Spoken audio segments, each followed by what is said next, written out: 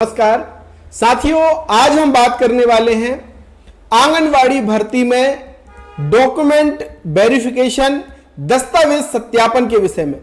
और इसके कारण कई बार यह तक होता है कि आपका नाम मेरिट में आने के बाद भी आपका चयन कैंसिल हो जाता है। आज मैं 5 बड़े कारण आपको बताने वाला हूं जिसके कारण डॉक्यूमेंट वेरिफिकेशन में आपका आवेदन निरस्त हो जाता है। इन गलतियों को आप ध्यान में रखेंगे तो निश्चित ही आपको सफलता मिलने वाली है और आपका चयन इसमें पक्का होने वाला है। तो अंत तक वीडियो को जरूर देखिएगा और उस वीडियो को शेयर भी कीजिएगा और भाई बहनों तक।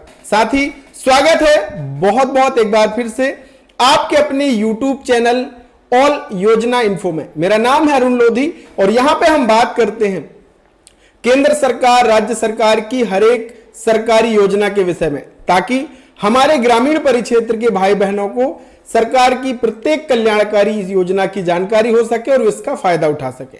अगर आप भी सरकार की किसी भी योजना से वंचित होना नहीं चाहते, आप हर एक स्कीम का फायदा लेना चाहते हैं, तो आपको क्या करना है, ऑल योजना इन्फो परिवार के पक्के सदस्य बन जाना है, क्योंकि यहां पे आपको सबसे सटीक, सबसे तेज और सरल भाषा में जानकारी मिलती है। तो चलिए साथियों शुरू करते हैं और बात करते हैं पहले कारण की।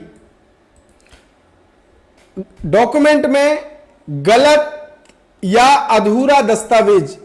कई बार क्या होता है कि अभ्यर्थी का नाम डॉक्यूमेंट्स में कुछ और है, आवेदन में उसने कुछ और लिखा है, जन्म तिथि दस्तावेजों में कुछ और है, उसने कुछ और लिख रखा है। तो पिताजी का नाम, इन तमाम चीजों को भी ध्यान में रखा जाता है और कई बार इन छोटी छोटी गलतियों के कारण आपका आवेदन निरस्त हो जाता है। बात करते हैं दूसरी सबसे बड़ी गलती या कारण जिसके कारण आपका आवेदन निरस्त हो जाता है। फर्जी दस्तावेज या आपने कूट रचित दस्तावेज लगाना। आपने फॉर्म भरते समय कूट रचित यानी फर्जी डॉक्यूमेंट लगा दिया, मार्कशीट में कुछ एडिट कर दिया, उसके आधार पर आपका नाम मेरिट में आ गया। लेकिन जब विभाग कड़ाई से वेरिफिकेशन करता है तो उस समय आपकी गलती पकड़ आ जाती है और अगर आप फर्जी डॉक्यूमेंट लगाते हैं, एडिट करके लगाते हैं, तो निश्चित ही बहुत बड़ी एक प्रकार से आप धोखाधड़ी कर रहे हैं और आपके ऊपर कानूनी कार्रवाई भी हो सकती है। तो सारे डॉक्यूमेंट्स आपको हमेशा किसी भी भर्ती के लिए आप आवेदन करें तो विशेष ध्यान रखिए कि आप किसी भी प्रकार के आपके डॉक्यूमेंट कोई एडिटेड ना हो या फर्जी डॉक्यूमेंट ना हो, क्योंकि आज हर एक चीज पकड़ में आ जाती है। तो गलती करने के बाद बचने की संभावना अब बिल्कुल भी नहीं है। बात करते हैं तीसरी गलती के विषय में। तीसरा कारण है आपके पास मूल दस्तावेज ना होना। बहुत सारे ऐसे भाई बहन होते हैं जिनके पास मार्कशीट उनने फोटोकॉपी कलर प्रिंट आउट वाली है लेकिन ओरिजिनल मार्कशीट नहीं है। कास्ट सर्टिफिकेट उनके पास प्रिंट आउट वाला है, ओरिजिनल उनके पास नहीं है। मूल निवासी बीपीएल कार्ड फोटोकॉपी आपके पास है। तो इन कारणों के कारण भी अगर आपके पास ओरिजिनल मूल दस्तावेज नहीं होंगे, डॉक्यूमेंट वेरिफिकेशन का एकमात्र उद्देश्य होता है कि जो अभ्यर्थी ने फॉर्म भरते समय लगाया है उसके मूल दस्तावेज, ओरिजिनल डॉक्यूमेंट भी अभ्यर्थी के पास होने चाहिए। अगर आपके पास ये नहीं रहेंगे तो आपका आवेदन निरस्त होगा। बात करते हैं कारण नंबर 4। ये बहुत महत्वपूर्ण है और सबसे ज्यादा फॉर्म इसी के कारण निरस्त होते हैं। आरक्षण में गड़बड़ी। देखिए, जैसे कि आंगनवाड़ी में एसटी एससी की बहनों को 5 नंबर मिलते हैं।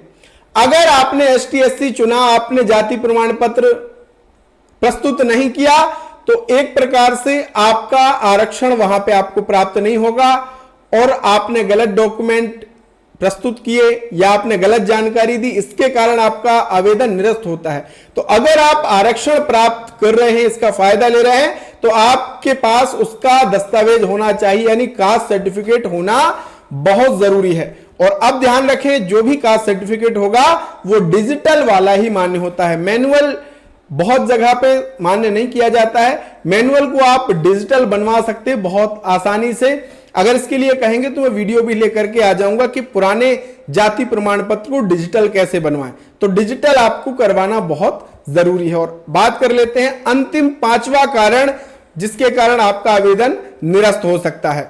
यह कारण है साथियों, आपको जिस नियत समय तारीख में विभाग के द्वारा, परियोजना कार्यालय के द्वारा बुलाया जाता है, उस समय तारीख में आपको पहुंचना बहुत जरूरी है।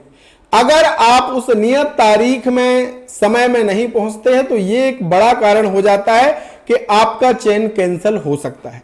तो जब भी आपको जिस भी तारीख या समय को डॉक्यूमेंट वेरिफिकेशन के लिए बुलाया जाए, सबसे पहले अपने तमाम दस्तावेजों को, जो मैंने ऊपर गलतियां बताई, इन सबको ध्यान में रखते हुए अपने मूल डॉक्यूमेंट, फोटोकॉपी, पासपोर्ट साइज के फोटो, ये सब कुछ अपने साथ में रखिए। और एक बार घर से निकलने से पहले चेकलिस्ट एक बना लीजिए कि भाई आपने 10वीं की मार्कशीट रख ली क्या, 12वीं की रख ली क्या, कास्ट सर्टिफिकेट रख लिया क्या, और जो जो दस्तावेज आपको जरूरी है वो सब रख लिए कि नहीं। ऐसा नहीं कि परियोजना कार्यालय पहुंच गए, साहब के पास फाइल दी और बोले साहब यहां तो अब कास्ट सर्टिफिकेट में घर भूल आई। तो इस तरीके की समस्या उत्पन्न ना हो, इसलिए आप घर से निकलने से पहले सारी चेक लिस्ट बना करके चेक कर लीजिए। और ऑल योजना इन्फो परिवार की तरफ से बहुत बहुत शुभकामनाएं, आपका चयन हो और आप आंगनवाड़ी कार्यकर्ता और सहायिका के रूप में अपनी सेवाएं दें।